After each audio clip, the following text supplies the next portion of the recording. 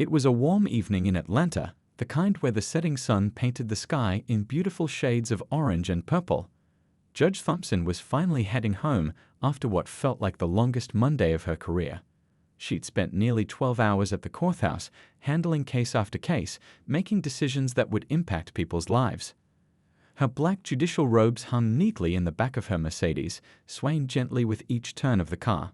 The clock on her dashboard read 7:15 p.m., and she couldn't help but smile thinking about the leftover lasagna waiting for her at home. Her daughter had dropped it off the night before, insisting that her mother needed to eat something other than takeout. 20 years on the bench had taught her many things, but maintaining a work-life balance wasn't one of them.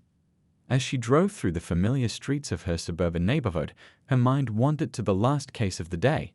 It had been a particularly challenging one involving a young man who'd been arrested for a crime he swore he didn't commit. Something about his story had struck a chord with her, reminding her why she'd become a judge in the first place, to ensure justice was served fairly and without prejudice. The streets were quieter than usual that evening. Most families were probably inside, finishing their dinners or helping their children with homework. She passed by the local park, where she often spent Sunday afternoons reading on a bench under her favorite oak tree. The peaceful routine of it all made her feel grateful for these moments of tranquility after hectic days at court. Her phone buzzed with a text message from her sister asking about their weekend plans. Thompson knew she should wait until she got home to respond. She always emphasized the importance of not using phones while driving, especially to her teenage nephews. The message could wait. Safety came first. The radio played softly in the background, a smooth jazz station she'd discovered recently. The gentle melody of a saxophone solo filled her car, creating the perfect atmosphere for unwinding after a long day. She hummed along, her fingers tapping lightly on the steering wheel in rhythm with the music. She was about 5 minutes from home when she noticed something in her rearview mirror. At first, she didn't think much of it, just another car heading in the same direction. But then she realized this car had been following the exact same route she had for the past few minutes, maintaining the same distance. Years of experience had taught her to trust her instincts, and something about this situation felt off. Thompson did a mental check of her driving.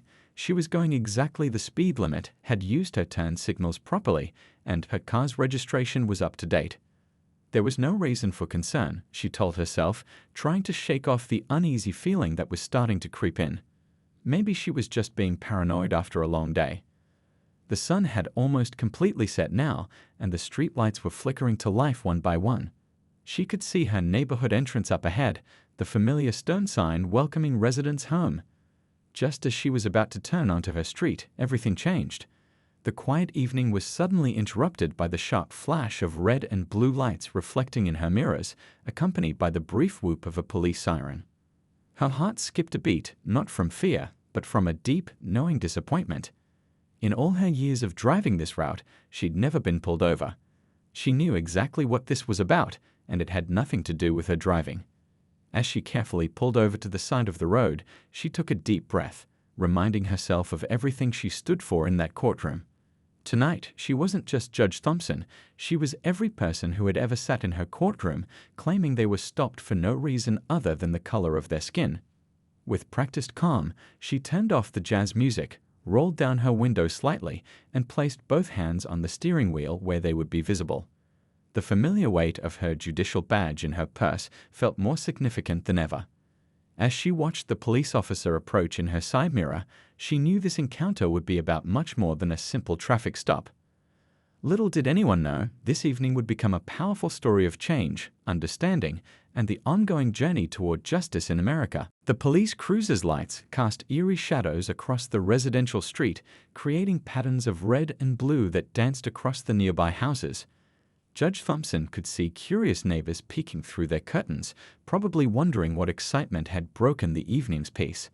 She felt a mix of emotions, frustration, disappointment, and a strange sense of purpose, knowing this moment might lead to something important.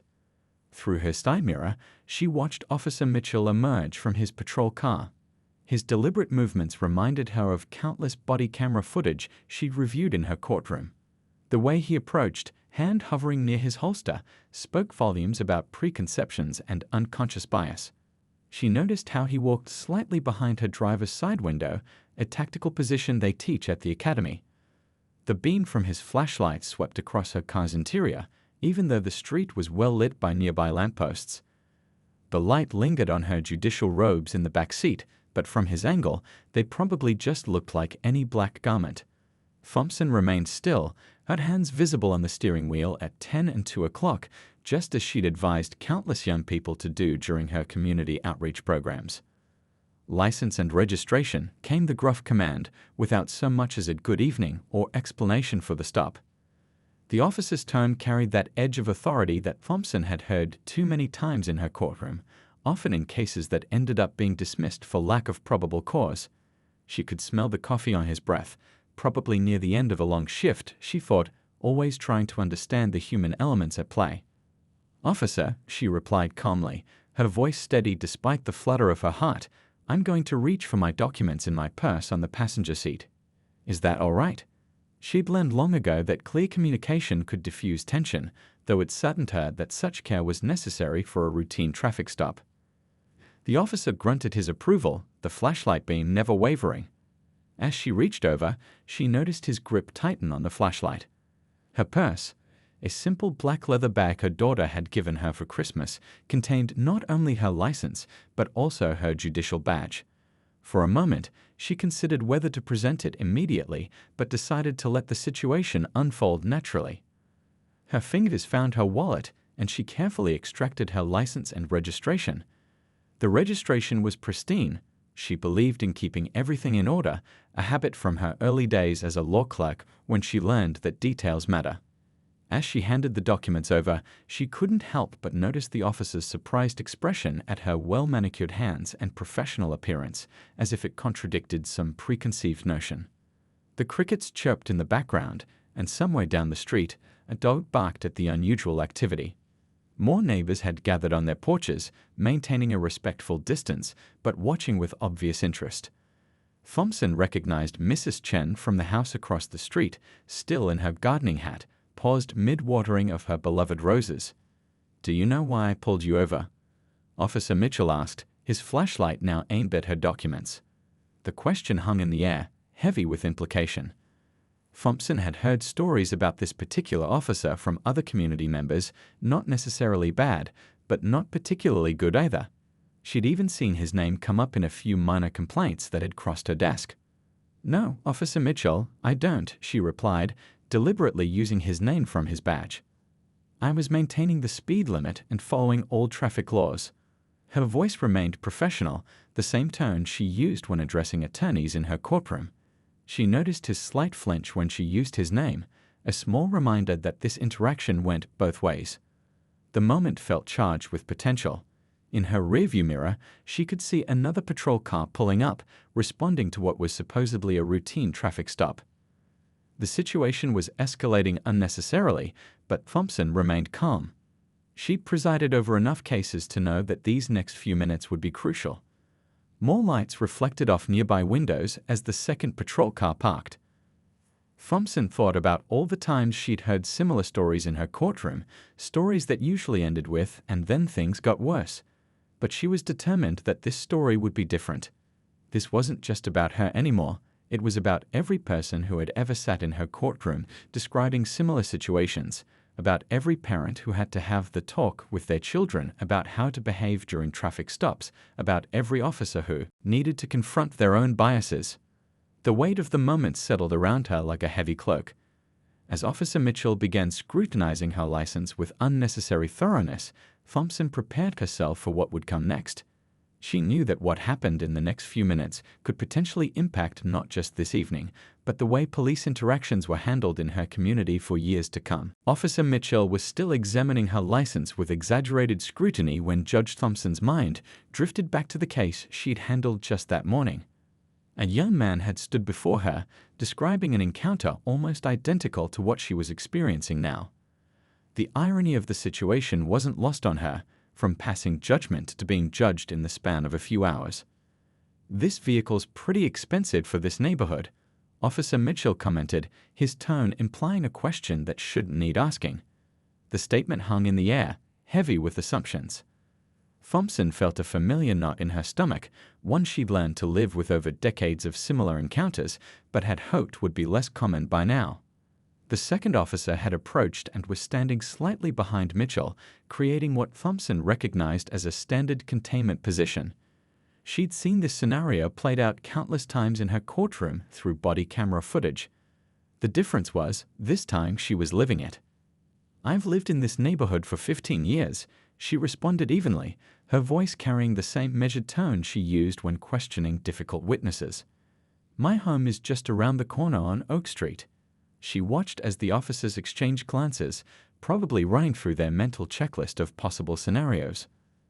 A gentle breeze rustled through the trees, carrying the sweet scent of blooming jasmine from someone's garden. The peaceful evening seemed to mock the tension of the moment. More neighbors had gathered now, their presence both comforting and concerning. Thompson could see phones being held up, recording the interaction. In today's world, every such encounter was potentially documented, though she wished it didn't need to be. "Step out of the vehicle, please," Mitchell ordered, his hand again moving to rest on his holster. The second officer shifted his weight, ready for action that shouldn't be necessary.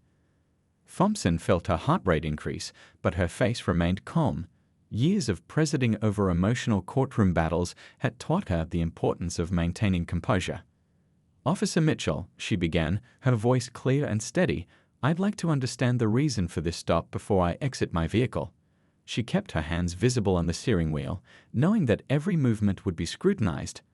"As a citizen, I have the right to know why I've been pulled over." The growing crowd of onlookers had created an unexpected gallery, much like her courtroom, but under the open sky. Some neighbors had moved closer, concern evident on their faces.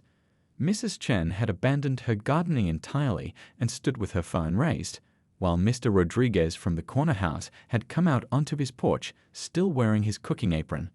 "Ma'am, your driving pattern appeared suspicious," Mitchell replied, though his voice carried less certainty now. "You made several turns without any clear destination." Thompson almost smiled at the irony. Her suspicious driving pattern had simply been her daily route home, one she'd taken for years. The second officer, whose name read Wilson, shifted uncomfortably. Perhaps he was sensing that this situation wasn't quite what they'd expected. Thompson could see him glancing at the judicial robes in her backseat with growing uncertainty. "Officer Mitchell," Thompson said, reaching slowly toward her purse again, "I think there's something you should see." Her hand moved deliberately, telegraphing every motion. "I'm going to reach into my purse for my credentials. Would you like me to hand them to you, or would you prefer to see them while they're in my hand?" The question seemed to catch Mitchell off guard. It was the kind of professional courtesy he was used to extending, not receiving. His flashlight beam wavered slightly, and Thompson could see the first hints of doubt crossing his face. A police helicopter droned somewhere in the distance, its searchlight sweeping across other parts of the city. The sound reminded Thompson of all the times she'd heard similar background noise in testimony about nighttime stops. But this stop was different, not because of who she was, but because of what she planned to do with this moment. The crowd had grown quieter, sensing that something significant was about to happen. The only sounds were the continuing chorus of crickets and the occasional click of a phone camera. The gathered neighbors, diverse in age and background, stood as silent witnesses to what was unfolding. This wasn't just about a traffic stop anymore. It had become something larger, a moment that could either reinforce divisions or build bridges. As Thompson prepared to reveal her identity, she was already thinking about how to turn this confrontation into an opportunity for understanding. Her years on the bench had taught her that the most powerful changes often came from unexpected moments like these. With steady hands, Judge Thompson reached for her judicial badge, the gold medal cool against her fingers. She'd carried this badge for 2 decades, but perhaps never had it felt more significant than in this moment. The weight of responsibility that came with it had shaped her entire career, and now it would serve a different purpose. "Officer Mitchell," she spoke clearly, holding up her credentials where both officers could see them clearly under the beam of the flashlight. "I'm Judge Thompson of the County Superior Court." The words hung in the air for a moment, followed by a silence so complete you could hear the distant hum of highway traffic. The change in Officer Mitchell's demeanor was immediate and dramatic. His hand dropped from his holster, and the flashlight beam wavered as he processed what he was seeing. The second officer, Wilson, took an involuntary step back, letting out a barely audible "oh man." The crowd of onlookers, who had been recording the scene on their phones, began to murmur. Someone whispered, "That's the judge." Another voice added, "She's the one who helped my cousin get his life back together in drug court." The community knew her, not just as a figure of authority, but as someone who had spent years working to make their justice system fairer. Mitchell's face had gone through several shades of pale, and sweat had begun to bead on his forehead, despite the cool evening air. "Judge Thompson," he stammered. I didn't realize." His flashlight now pointed at the ground, the beam illuminating his shuffling feet. But Thompson wasn't interested in watching him squirm. She'd seen enough people uncomfortable in her courtroom to know that discomfort alone rarely led to real change.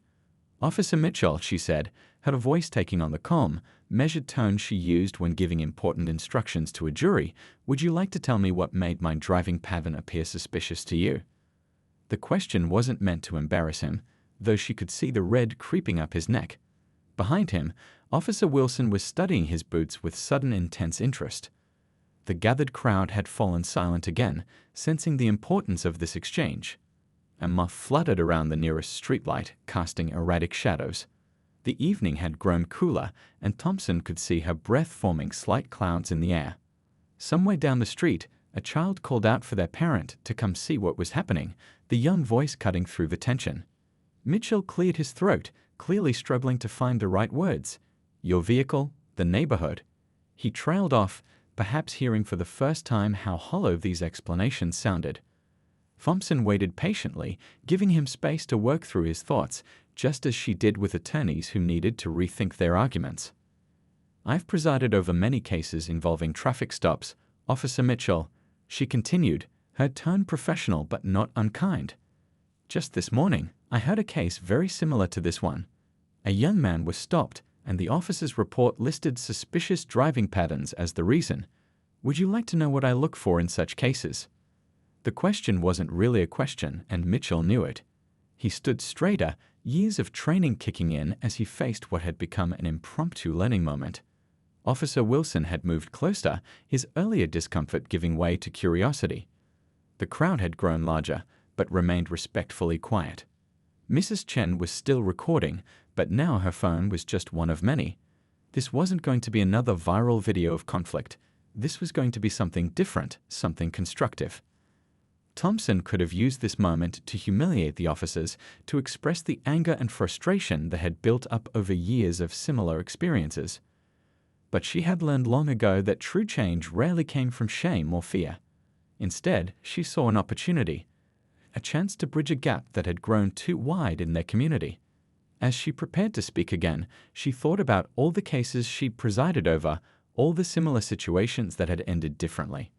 This time, she had the power to turn this moment into something meaningful, something that could ripple out beyond this street corner and this evening. The air felt charged with possibility, like the moment before she delivered an important verdict. But this wasn't her courtroom. This was real life, unfolding on a quiet suburban street, with real people whose lives could be changed by what happened next.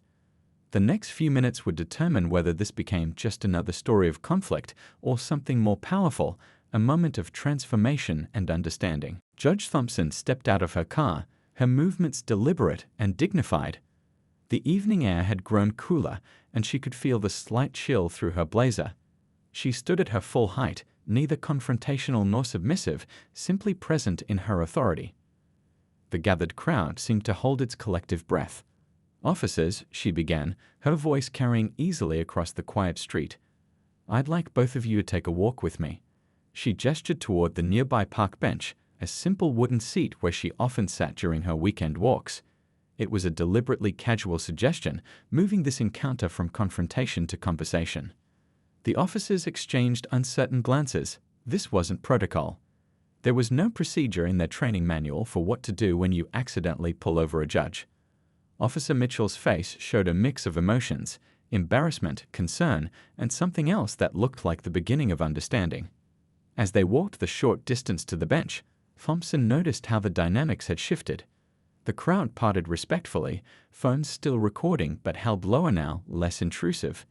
Mrs. Chen had put her gardening hat back on, as if to give the moment a sense of normalcy. Mr. Rodriguez's teenage son had joined him on their porch, watching with obvious interest. "You know," Thompson said as they reached the bench, "I've been driving home this same route for 15 years. She sat down, patting the space beside her in invitation. "Every Tuesday, I stop at the grocery store on 5th Street. Every Thursday, I visit my sister who lives 3 blocks over. Tonight, I was just heading home after a long day in court."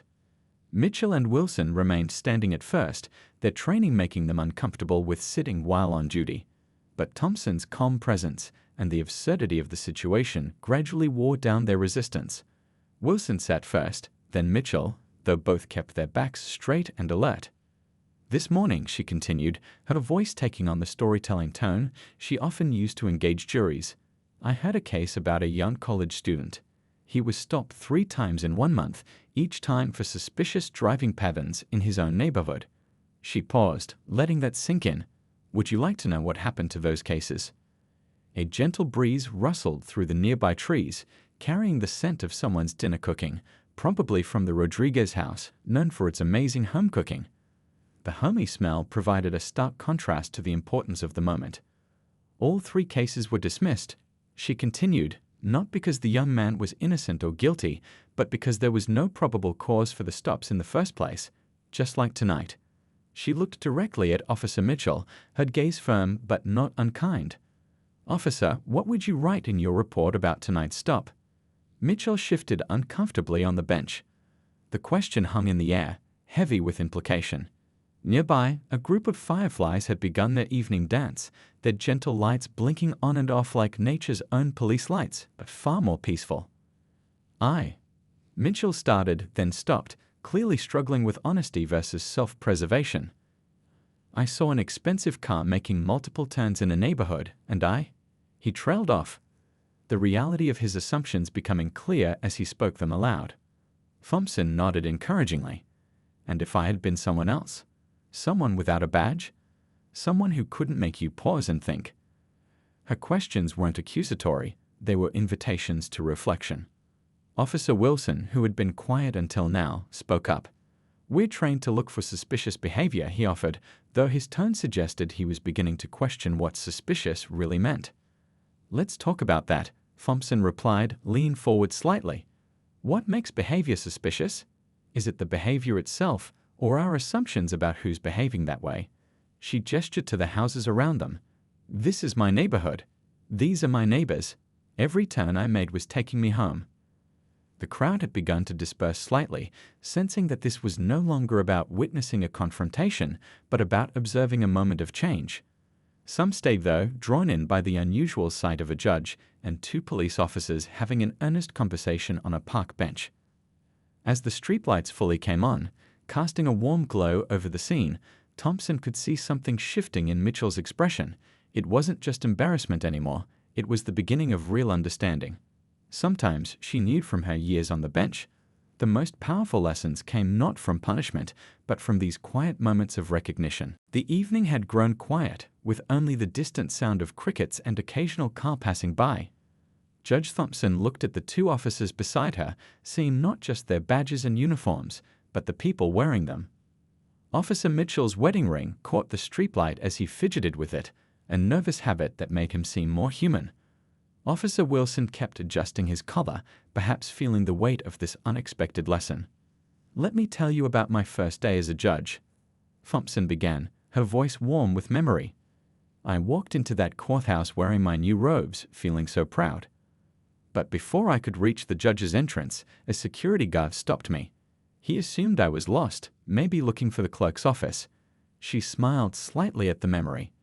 "That guard later became one of my closest friends at the courthouse, but only after we had an honest conversation about assumptions." A few teenagers had paused their basketball game in the nearby court to listen. Their ball tucked under an arm, they stood quietly, absorbing a different kind of lesson than they'd expected from their evening game. One of them nodded slowly, perhaps remembering his own experiences. "You see, officers," Thompson continued, "every day in my courtroom, I see the results of split-second decisions. Some of these decisions save lives. Others," she paused, choosing her words carefully, Others create wounds that take years to heal. The challenge is knowing the difference. Officer Mitchell looked up from his ring. "Judge, I've been on the force for 12 years. We're trained to notice anything out of the ordinary, anything that doesn't fit the pattern." He stopped, perhaps hearing how that sounded in light of tonight's events. "And what pattern was that, Officer Mitchell?" Thompson asked gently.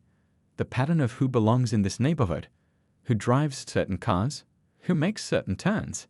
Each question was soft but pointed, like a surgeon's careful incisions designed to heal rather than harm. Mrs. Chen had moved closer to water the flowers near the bench, clearly still listening while trying to appear busy. Her presence added to the moment. She'd lived in the neighborhood even longer than Thompson and had her own stories to tell about belonging and assumptions. "Yesterday," Thompson continued, "a mother testified in my courtroom.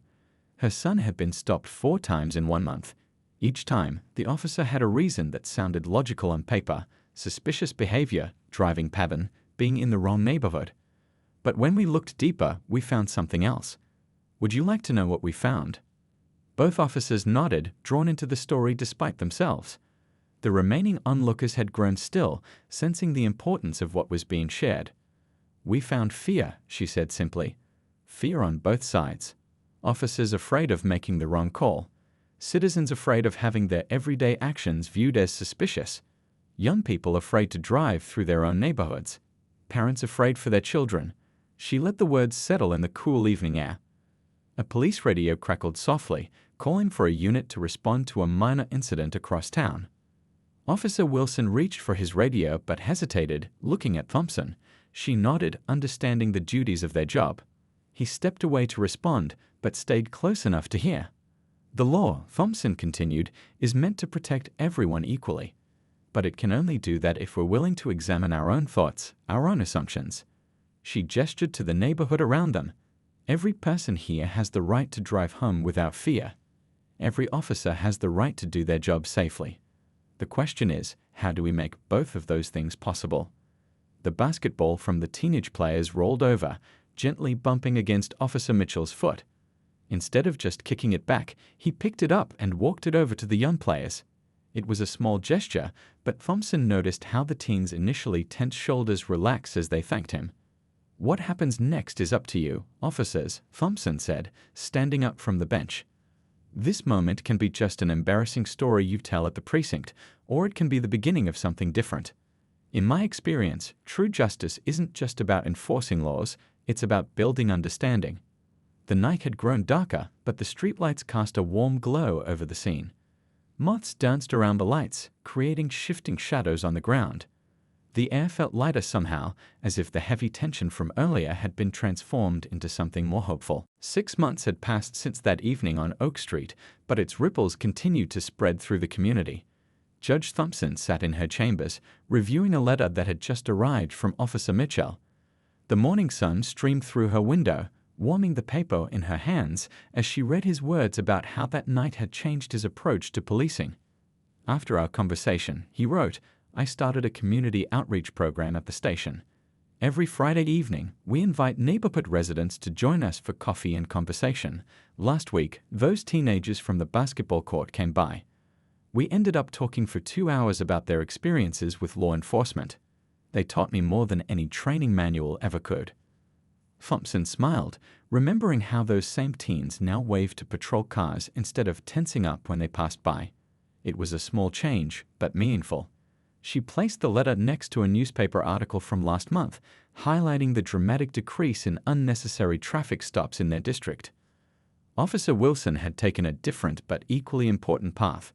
He'd requested to become a training officer, specifically focusing on helping new recruits understand the importance of examining their own biases. His recent presentation to the police academy had included dashboard camera footage from that night, though he'd waited months before feeling ready to share it. The judge's phone buzzed with a text from Mrs. Chen, who had become an unexpected ally in building bridges between the police and the community. The retired teacher had started hosting monthly potluck dinners where residents and local officers could meet as neighbors rather than authority figures and subjects. The latest dinner had drawn over 50 people. Thompson stood up and walked to her courthouse window, looking out at the city she'd served for so many years. The morning traffic moved steadily below, people going about their daily lives. Each car contained someone's story, someone's journey home. The thought reminded her of another change that had come from that evening. The police department had revised its guidelines on what constituted suspicious behavior. The new policies emphasized concrete observations over vague feelings or assumptions. More importantly, they required officers to articulate specific reasons for stops, moving beyond the old catch-all of suspicious patterns. A knock at her chamber door interrupted her thoughts. It was her clerk, bringing in case files for the day. Among them was a familiar name. Officer Mitchell was scheduled to testify in court today. But unlike 6 months ago, he wasn't defending a questionable stop. Instead, he was appearing as an expert witness in a case about improving police-community relations. "Your Honor," her clerk said, "the community center called. They want to know if you're still planning to speak at next week's youth forum." Thompson nodded, already thinking about what she would share. The forum had become a monthly event where young people could ask questions about their rights and responsibilities when interacting with law enforcement. She picked up a thank you card from her desk, sent by a mother whose son had been in her courtroom recently. Unlike the cases she used to see, this one had a different ending. The officer involved had taken time to understand the situation rather than rushing to judgment. The young man had received guidance instead of punishment and was now interning at a local business. The morning sunlight caught the edge of her judicial badge, still sitting in its usual spot on her desk. It reminded her of how its revelation that night had created an opportunity for change. But it wasn't the badge that had made the difference, it was the willingness of everyone involved to listen and learn.